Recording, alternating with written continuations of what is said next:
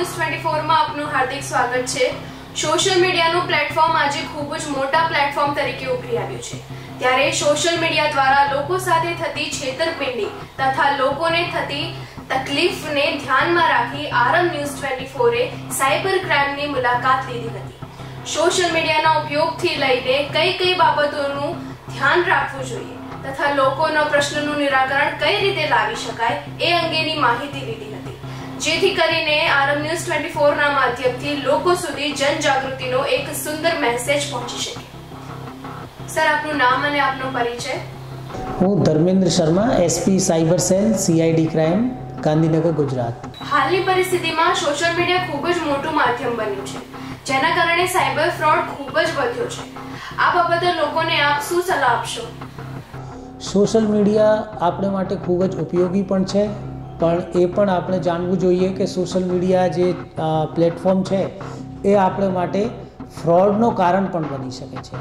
અત્યારે ખૂબ જ મોટી પ્રમાણમાં સાયબર ફ્રોડ થઈ રહ્યા છે, પણ એમાં આપણે સોશિયલ મીડિયા ઉપર એ કોઈ પણ પોસ્ટ મૂકતા પહેલાં, કોઈ પણ પિક્સ મૂકતા પહેલાં, કોઈ પણ લોકેશન આપતા પહેલાં આપણે એ જાણવું જોઈએ કે સોશિયલ મીડિયા પર આપણે કેટલી પર્સનલ માહિતી મૂકી શકીએ અને કેટલી નથી મૂકી શકીએ। કેમ કે આ જે સોશિયલ મીડિયા ઉપર જે સાયબર ફ્રોડ કરી રહ્યા છે એ લોકો તમારે સોશિયલ મીડિયા ઉપર જોઈને અને એની સોશિયલ એન્જિનિયરિંગ કરીને તમારે જે પર્સનલ પ્રકારના એમઓ બનાવીને તમારી સાથે સાયબર ફ્રોડ પર આચરી શકે છે।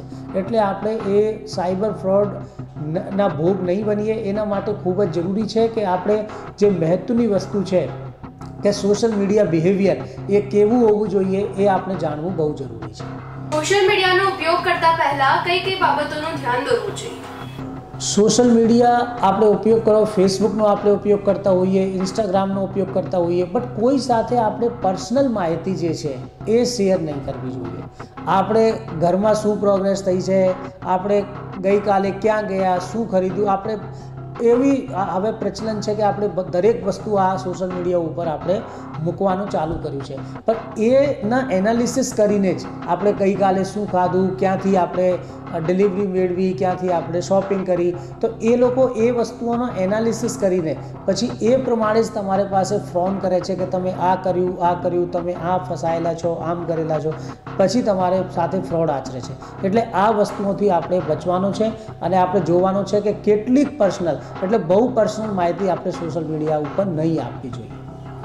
સોશિયલ મીડિયાનો દુરુપયોગ કરી જે વિડીયો કોલિંગની ઘટનાઓ તથા લોકોના ખૂબ જ મહેનત અને અથાગ પરિશ્રમથી કમાયેલા રૂપિયા ખાતામાંથી ઉપડી જવા બાબતે જે છેતરપિંડી થાય છે તેમાં કઈ ઘટનાઓ કારણભૂત બની છે? આપણે જાણીએ છીએ કે હાલના જે સમયમાં સોશિયલ મીડિયા ઉપર સાયબર ફ્રોડ્સ, એમાં ફાઇનાન્શિયલ ફ્રોડની સંખ્યા ખૂબ જ વધી ગઈ છે। આ ફાઇનાન્શિયલ ફ્રોડ બે વસ્તુઓના કારણે થાય છે। કાં તો માણસ કોઈ લાલચમાં પડી જતું હોય, એ લોકો તમે જોબ કરવાનો પાર્ટ ટાઈમ જોબનો લાલચ આપે, કે પછી કોઈ ટાસ્કનો લાલચ આપે કે તમે આમ કરી દો, અમારી એટલી લિંક તમે લાઇક કરી દો, યુટ્યુબ પર ચેનલ લાઇક કરી દો તો તમે આટલું પૈસા મળશે, અને ખરેખર તમે પૈસા આપે પણ છે। પછી તમે કહેશે કે તમે વધારે ઇન્વેસ્ટ કરશો તો વધારે મળશે, પછી એક લિમિટ પછી તમે ઇન્વેસ્ટ કરો તો એ લોકો પછી તમારી સાથે કોન્ટેક્ટ તોડી નાખે છે। પછી ઇન્વેસ્ટમેન્ટ ફ્રોડ કરે છે, તમે 5% રિટર્ન આપીશું, 20% આપીશું, તો એ બધી વસ્તુઓ આપણે માનવું જોઈએ કે આવી કોઈ રિયલિસ્ટિક વસ્તુ નથી। આપણે જે અત્યારે જે બેંકની વ્યાજદર 8% ચાલે છે, તો એના વધારે માનો 10-12% રિટર્ન તમારું થઈ શકે રિયલિસ્ટિક સાલભરનો, તો એવા કોઈ તમે ફસાવતા માંગતા હોય તો આવા આપણે ફસવાનો નથી।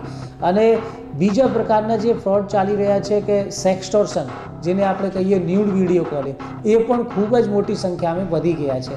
તો આના જે ન્યૂડ વિડીયો કોલિંગમાં તમે કોઈ માનો કે ભૂલથી તમે ભોગ બની પણ જાઓ તો આ લોકો તમારી સાથે પૈસાની માંગણી કરે, પછી બીજી માંગણી કરે, તો એનાથી બીવાનું નથી। કાં તો ડાયરેક્ટ તમારે એ કોઈ ફાઇનાન્શિયલ ફ્રોડ થાય કે આવું કોઈ બહેના કારણે, જેમાં કે સેક્સટોર્શન કે ન્યૂડ વિડીયો કોલિંગના તમે ભોગ બનો, તો તમારે સૌથી પહેલાં 1930 ડાયલ કરી લેવાનો।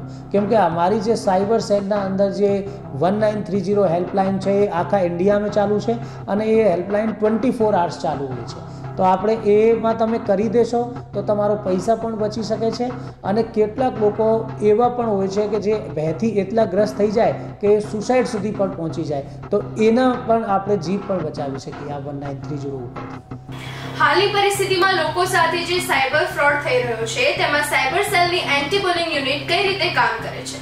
ગુજરાત સાયબર સેલની જ એ પહેલ છે કે આખા ઇન્ડિયામાં મોસ્ટલી જે યુનિટ્સ છે સાયબર સેલમાં ડીલ કરતા હોય છે એ ફાઇનાન્શિયલ ફ્રોડ્સમાં ડીલ કરતા હોય છે. પણ આપણે ત્યાં જ અલગથી એક એન્ટી બુલિંગ યુનિટ બનાવવામાં આવેલ છે, જેમાં કે સોશિયલ મીડિયા ઉપર તમે હરાસમેન્ટ એટલે ભોગ બનો કે પછી કોઈ પ્રકારના બુલિંગના ભોગ બનો, કોઈ પ્રકારની તમારી આઈડીને હેક કરીને તમે પછી હેરાસ કરે, તો એવા કિસ્સાઓ જે સોશિયલ મીડિયા ઉપર તમારે બુલિંગ કે હેરાસમેન્ટના કિસ્સાઓ છે એ અમારે એન્ટી બુલિંગ યુનિટ ડીલ કરે છે. આમાં અમારે સાયબર એક્સપર્ટ પણ હોય છે, સાયબર કાઉન્સલર પણ હોય છે, જે લોકોને જે ખૂબ જ ભયના કારણે એકદમ આપણે કહીએ કે જેને હોપલેસ થઈ ગયા હોય અને એટલા પણ થઈ ગયા હોય છે કે આપણે સુસાઇડના પોઈન્ટ પર જતા હોય, એ લોકોને પણ અમે બહાર કાઢેલા છે. તો કોઈ પણ પ્રકારના આવા સોશિયલ મીડિયા હેરાસમેન્ટ કે બુલિંગના કિસ્સા બને તો આપણે એન્ટી બુલિંગ યુનિટ જે પણ 1930થી જ કનેક્ટેડ છે, તમે 1930 પર કોલ કરશો તો તમારો આવું કિસ્સા હોય તો એન્ટી બુલિંગ યુનિટથી કનેક્ટ કરી દેવામાં આવે છે. લોકહિત માટે આરએમ ન્યૂઝ 24 આ જ રીતે કાર્ય કરતું રહેશે. બન્યા રહો અમારી સાથે. હું છું વિશ્વા દવે, આરએમ ન્યૂઝ 24.